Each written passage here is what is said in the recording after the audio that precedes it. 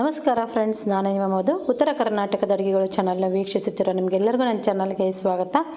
ಇವತ್ತಿನ ದಿನ ಅಜ್ಜಿಯ ಕೈ ರುಚಿ ವಿಭಾಗದೊಳಗೆ ನಾನು ಗಂಗಾಳ ಗಡುಬು ಮಾಡೋದು ಹೆಂಗಂತ ಹೇಳ್ಕೊಡ್ತೇನೆ. ಇದು ನಮ್ಮ ಉತ್ತರ ಕರ್ನಾಟಕ ಭಾಗದಲ್ಲಿ ಮಾಡುವಂತಹ ಒಂದು ವಿಶೇಷ ರೆಸಿಪಿ. ಬಹಳ ಟೇಸ್ಟಿಯಾಗಿರ್ತೈತಿ. ನೀವು ಒಮ್ಮೆ ಟ್ರೈ ಮಾಡಿ ನೋಡಿರಿ. ಗಂಗಾಳ ಗಡುಬು ಮಾಡೋದು ಹೆಂಗೆ ಅಂತಂದ್ರೆ ಇದಕ್ಕೆ ಬೇಕಾಗಿರೋವಂಥ ಇಂಗ್ರೀಡಿಯೆಂಟ್ಸ್ನು ಭಾಳ ಕಡಿಮೆ.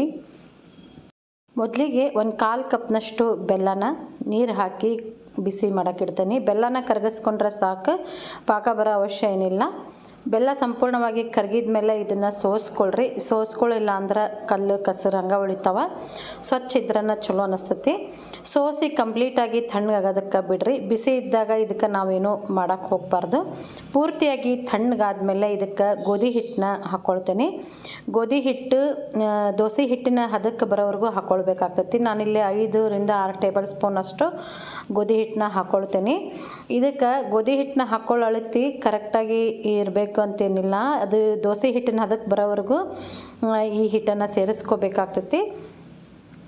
ಈಗ ಇದನ್ನ ಮೊದಲು ಮಿಕ್ಸ್ ಮಾಡ್ಕೊಳ್ತೀನಿ. ನೋಡೋಣ ಅಂತ ಇದು ಎಷ್ಟು ಹಿಡಿತೈತೆ ಅಷ್ಟು ಹಾಕ್ತೀನಿ. ನಾನು ಮಾತ್ರ 5 ಟೇಬಲ್ ಸ್ಪೂನ್ ಅಷ್ಟು ಹಾಕೀನಿ.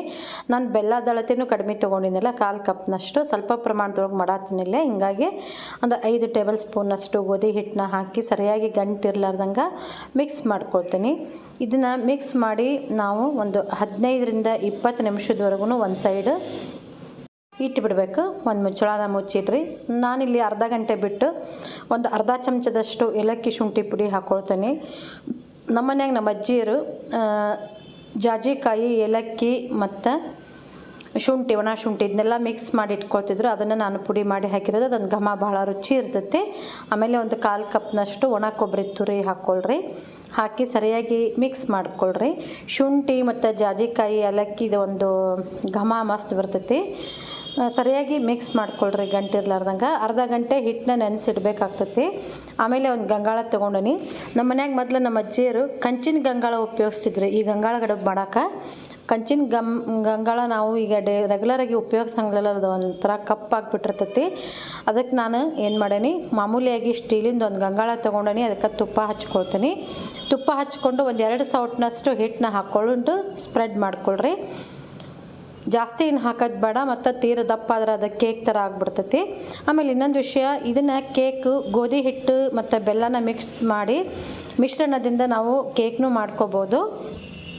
ಗೋಧಿ ಹಿಟ್ಟಿನ ಬೆಲ್ಲದ ಕೇಕ್ ಅಂತ ಆಗ್ತೈತಿ. ಅದು ಟೇಸ್ಟ್ ಇರ್ತೈತಿ. ಆದರೆ ಅದಕ್ಕೆ ಬೇಕಿಂಗ್ ಸೋಡಾ ಹಾಕ್ಕೊಳ್ಬೇಕಾಗ್ತೈತೆ ಅಷ್ಟೇ. ನಾನು ಇಲ್ಲಿ ತೊಗೊಂಡಿರೋ ಒಂದು ಪ್ರಮಾಣಕ್ಕೆ ಬೇಕಿಂಗ್ ಸೋಡಾ ಮತ್ತು ಡ್ರೈ ಫ್ರೂಟ್ಸ್ ಹಾಕಿದರೆ ಸಾಕು.